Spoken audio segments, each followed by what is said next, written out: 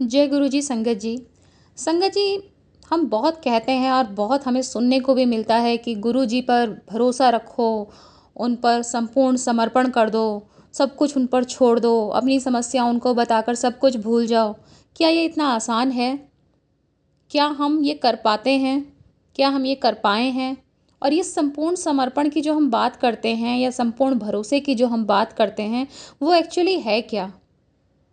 तो अभी जो मैं आपके सामने सत्संग शेयर करने जा रही हूँ, ये हम सबके लिए एक बहुत बड़ी सीख है, जो हमें ये बताएगी कि गुरु जी पर विश्वास हो तो ऐसा हो, और इसे ही कहते हैं पूर्ण विश्वास होना। सत्संग है कमांडर अंकल और शिव अंकल का। जब गुरु जी चोले में थे तब का सत्संग है। ध्यान से सुनिएगा, क्योंकि इसमें हम सभी के लिए, हम सभी गुरु संगत के लिए एक बहुत बड़ी सीख छुपी हुई है। आइए सत्संग शुरू करते हैं।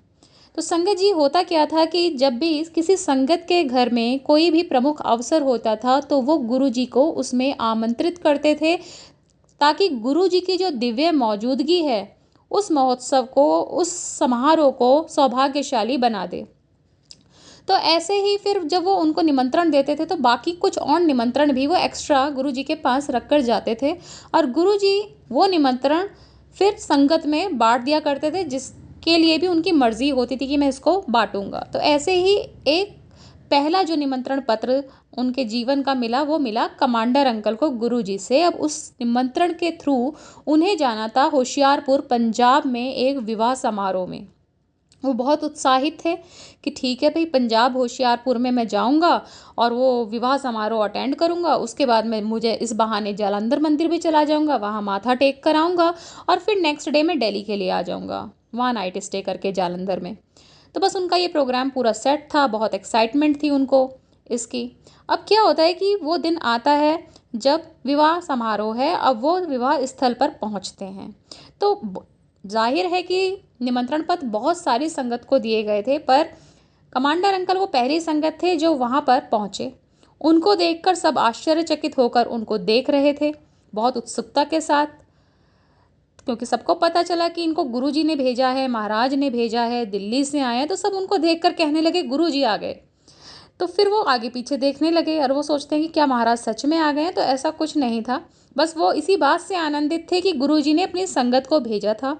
वो उनको गले लगा रहे थे, उनके साथ एकदम शाही मेहमान जैसा व्यवहार कर रहे थे।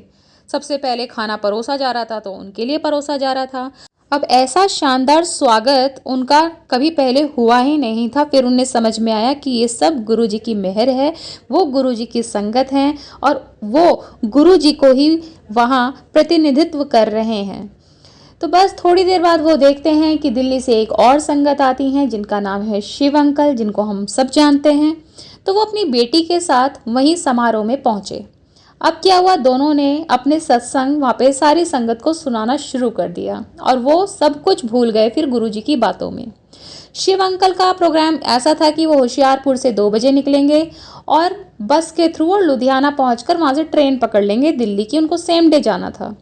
बट शिव अंकल जो हैं वो अपने सत्संग में इतना खो गए कि उनको समय का ध्यान ही नहीं था। तो कमांडर अंकल ने उनको ध्यान दिलाया भी कि ऐसा ना हो कि आपकी ट्रेन छूट जाए, तो आप ध्यान रखिए। तो उन्होंने क्या जवाब दिया संगत जी, उनका जवाब सुनिएगा। जवाब में उन्होंने विश्वास से भरी एक बात कही, दिल्ली पहुंचाना उनकी नहीं बल्कि गुरुजी की जिम्मेदारी है। वो गुरुजी ही हैं जो सुनिश्चित करेंगे कि वो ट्रेन पर चढ़ जाएं, इसलिए वो अपना पूरा सत्संग सुनाकर ही जाएंगे। गुरुजी में संगत का इस तरह का इतना विश्वास कमांडर अंकल ने पहली बार देखा था।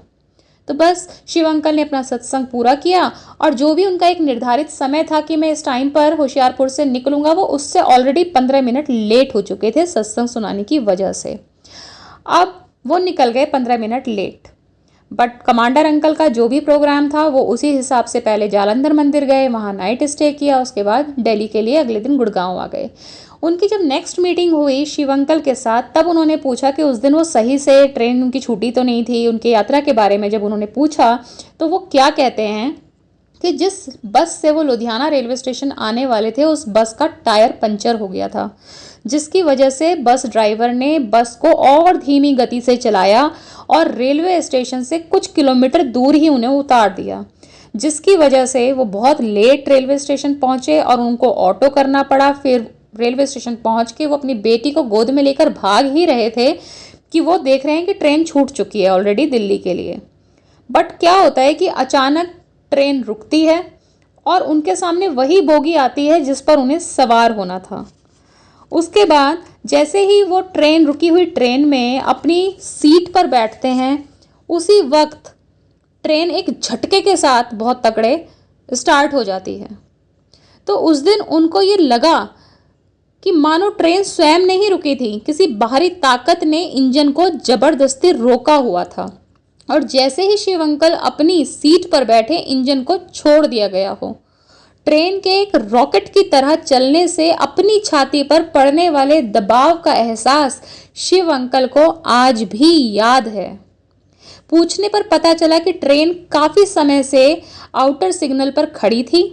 तो क्या यह केवल एक संयोग था? बिल्कुल नहीं। ट्रेन शिव अंकल के बिना जा ही नहीं सकती थी। महाराज उसे बिना उनके भक्त के जाने ही नहीं देते।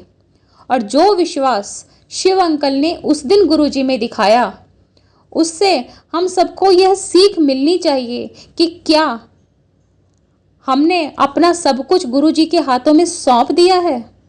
अगर हम भी उसी तरह से गुरुजी के हाथों में सब कुछ सौंप देते हैं तो वो सब कुछ संभाल भी लेंगे, लेकिन अगर हम सौंपेंगे ही नहीं तो वो नहीं संभालेंगे।